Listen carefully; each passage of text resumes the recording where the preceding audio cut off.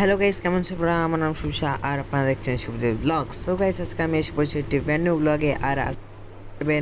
আর আমি গাইস অনেক সকাল সকাল উঠে পড়েছি, কারণ আমি আজকে একটি স্বাস্থ্য অলিম্পিয়ার বিষয়ক পরীক্ষা দিতে যাচ্ছি। গাইস, পরীক্ষাটা দিয়ে এসে দিন তোমাদের সাথে দেখা হচ্ছে। পরীক্ষা দিয়ে আসা শেষ। আর গাইস, এখন আমি চুপচাপ বসেই আছি, তাই ভাবলাম তোমাদের সাথে আমি একটু শেয়ার করি আমার পরীক্ষাটা কেমন হয়েছে। সো গাইস, প্রথম কথা হলো, আমি যেটা যে ওয়েবসাইট থেকে পড়েছি, যে বইটা, ওখান থেকে কিছুই কমন আসেনি, বা জাস্ট কিছুই কমন আসেনি, ওই টুকটাক একটু কমন আসছে, যেটা চলে না।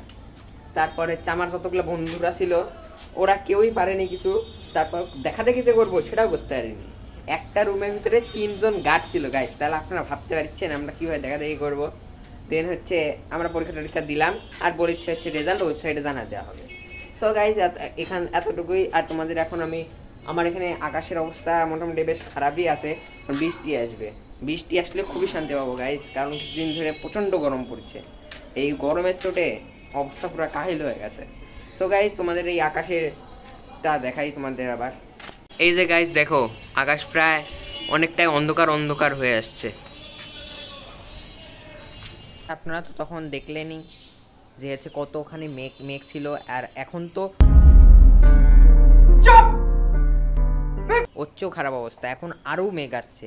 সো গাইস, আপনাদের এখন দেখাচ্ছি যে আগের তুলনায় এখন কতখানি মেঘ, আপনারা নিজেরাই হচ্ছে কম্পেয়ার করবেন। দাঁড়ান, এই যে মেঘ আসা শুরু করেছে, ওই যে দূর থেকে মেঘ আসছে। আমি যদি জুম করি তাহলে আপনারা দেখতে পারবেন, ওই আপনারা যেটা দেখলেন ওখান থেকে মূলত মেঘগুলো আসছে, আস্তে আস্তে এই যে এখন একসাথে মিলিত হচ্ছে। আপনারা যদি খেয়াল করেন তাহলে আপনারা দেখতে পারবেন এক সাইড সাদা, আবার আরেক পাশে মেঘ কালো। সো গাইজ, এই মেঘের মধ্যে আমরা এখন একটা মন্দিরে যাচ্ছি, হচ্ছে মন্দিরে দর্শন করতে। মন্দিরের নাম হচ্ছে সমুচাঁদ আকরা। সো গাইজ, গিয়ে তোমাদের সাথে আবার দেখা হচ্ছে।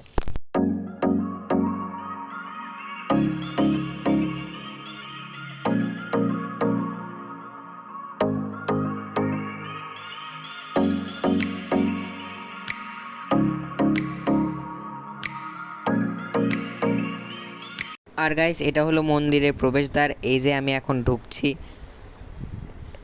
এই যে আমি ভিতরে ঢুকছি।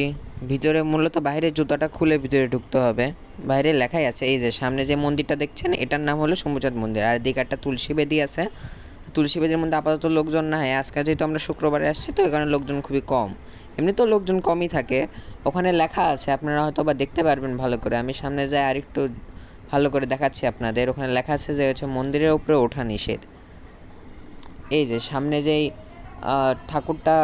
ঠাকুর বলতো, ওটা এক প্রকার দণ্ড, তো ওটা। আর ওটার ঠিক পাশে আছে শিবের হচ্ছে আসন। এখানে মূলত শিব ঠাকুরের পূজা হয়।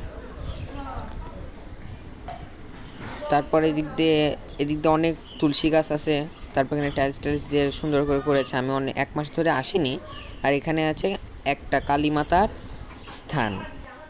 আজকের ব্লগ এতটুকুই, দেখা হচ্ছে নেক্সট ব্লগে। Tata, bye bye.